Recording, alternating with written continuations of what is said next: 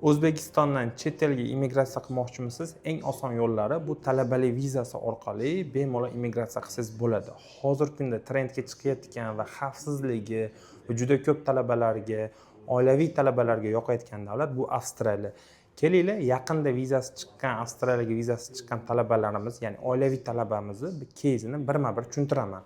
Xo'p, talabamiz Gulnoza, ya'ni Sa'dullayevlar oilasi ketyapti Queensland University of Technology'ga, yo'nalishi Master of Health Management, 2 yillik programma. Iyuldan 2026da o'qish boshlanadi.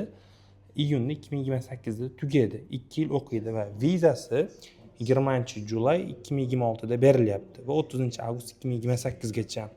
Xo'p, bu Gulnoza, ya'ni talabani vizasi, bu yoqda xo'jayin, ya'ni Javohirbekning vizasi. Xuddi shunaqa 2026dan 2028 gacha 2 yillik viza beryapti. Javohirbek o'qishi davomida, ya'ni Gulnozani o'qish davomida bemalol o'zini sohasida full time, ya'ni to'liq ishlash huquqiga ega bo'ladi va farzandi Aylinga viza beryapti. Ko'rsanglar bo'ladi 2026dan 2028 gacha.